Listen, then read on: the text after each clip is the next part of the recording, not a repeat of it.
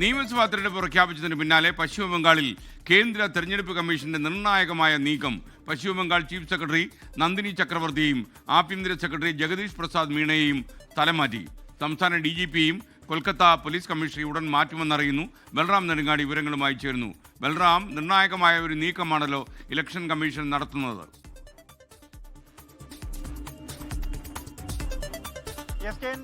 കേന്ദ്ര തെരഞ്ഞെടുപ്പ് കമ്മീഷൻ ബംഗാളും കേരളവും അടക്കമുള്ള 5 സംസ്ഥാനങ്ങളിലെ തെരഞ്ഞെടുപ്പ് പ്രഖ്യാപിച്ച മണിക്കൂറുകൾക്കകമാണ് പശ്ചിമ ബംഗാളിൽ കടുത്ത അല്ലെങ്കിൽ നിർണായകമായ ഒരു നടപടിയിലേക്ക് നീങ്ങിയിരിക്കുന്നത്. ബംഗാളിലെ ചീഫ് സെക്രട്ടറിയെയും ആഭ്യന്തര സെക്രട്ടറിയെയും തെരഞ്ഞെടുപ്പ് കമ്മീഷൻ മാറ്റിയിരിക്കുകയാണ്.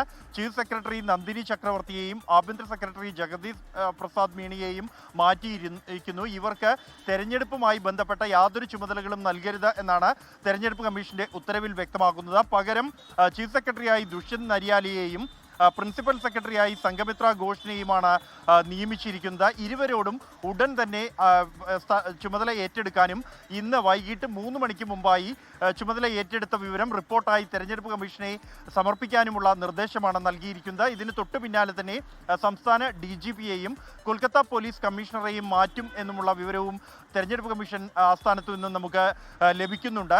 കഴിഞ്ഞ തവണ 8 ഘട്ടമായി നടന്ന തെരഞ്ഞെടുപ്പ് ഇത്തവണ 2 ഘട്ടമാക്കി ചുരുക്കി നടത്താനാണ് തെരഞ്ഞെടുപ്പ് കമ്മീഷൻ തീരുമാനിച്ചിരിക്കുന്നത്. കഴിഞ്ഞ കാലങ്ങളിലെല്ലാം തന്നെ ബംഗാളിൽ തെരഞ്ഞെടുപ്പുമായി ബന്ധപ്പെട്ട അക്രമ സംഭവങ്ങൾ ഉണ്ടായിരുന്നു.